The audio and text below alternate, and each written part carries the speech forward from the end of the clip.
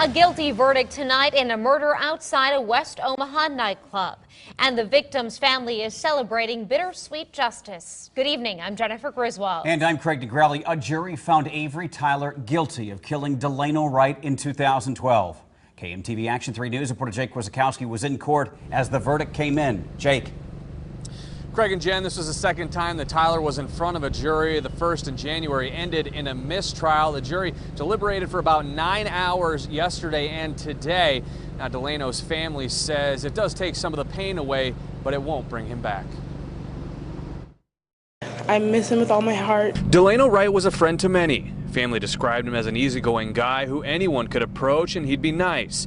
But it was a bad encounter from others that ultimately ended his life. A jury found Avery Tyler guilty of first-degree murder and use of a weapon. So like I said, it just felt like a burden was lifted because now me and my family can finally move on and get some peace in our life. And it feels really good.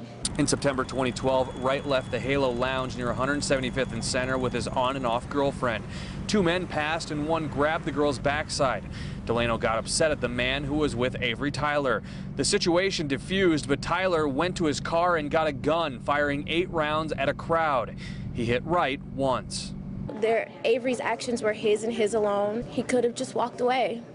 He could have just walked away. The defense argued it was in fact Tyler's friend who started the fight and fired the gun. Prosecutors say the shots came from the unique gun that Tyler owned, and it was solely Tyler. Witnesses told us that he, who the shooter was, and it was, from the very beginning, somebody named Avery that had played basketball. Wright's family says justice was served, but it's still hard to see his picture every day, knowing he's not here. Justice is justice, but at the same time, like, what we want, we can't have because nobody can bring him back. Tyler faces a mandatory life in prison on that first-degree murder charge. He also faces up to 50 years on that weapons charge. Sentencing will be at a later date.